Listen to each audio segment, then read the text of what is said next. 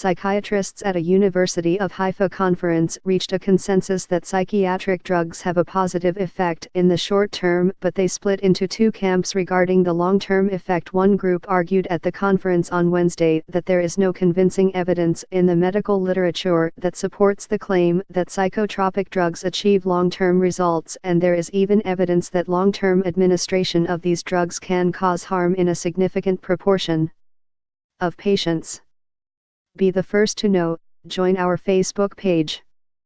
Function D S ID var JS FJS equal D get elements but tag name S 0 if D get element bid ID return JS equal D createlment S JS.id equal ID JSSRC equal / connect facebook.net/n_us/all JS number XFBML equal 1 and app ID equal 1634148068997 FJS parent node insert before JS FJS document script Facebook JS SDK, but the proponents maintain that a delay in taking medications is linked to worse effects, so there is a risk from not taking the medications in the long run or discontinuing them. The conference was run by the university's Community Mental Department, in cooperation with the Israeli Society for Psychiatric Rehabilitation, the Israel Psychiatric Association, and the Israel Community Mental Health Association. Robert Whitaker, a respected American investigative journalist who has written 2 books on psychiatry, declared, "There is currently no research evidence that psychotropic drugs have a long-term beneficial effect, and in fact, a long list of scientific studies over decades shows evidence that those who did not take drugs performed better over time." New York University psychiatry prof.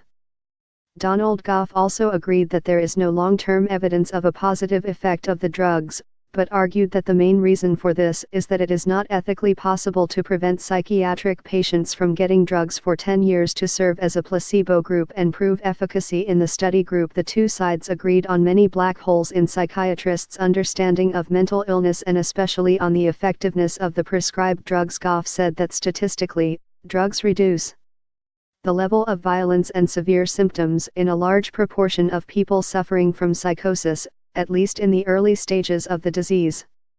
He noted that psychosis can cause great suffering and be very dangerous both for the patient and for his environment, so most patients eventually choose to take drugs.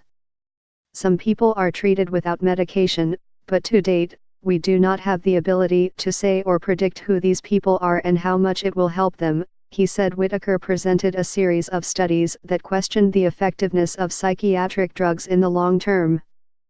They started with studies from the 1950s and 1960s that examined the rate of rehabilitation, quality of life and recurrent hospitalizations compared with the period prior to the introduction of psychiatric drugs, around 1955, and afterward. They showed that the success rates in the period before the drugs were introduced were much higher. "We have thought that until the advent of the drugs, people who suffered from mental disorders entered the hospital and were not discharged because there were no medications, but that is not the case at all," he said. Whitaker continued to review a series of studies over the years that showed how the group of people who took psychiatric drugs over the years showed the lowest rehabilitation results. Goff's argument against these and similar studies was that it is not possible to conclude from existing clinical research whether the changes occurring at the biological level in the brain are related to the drugs or the disease itself.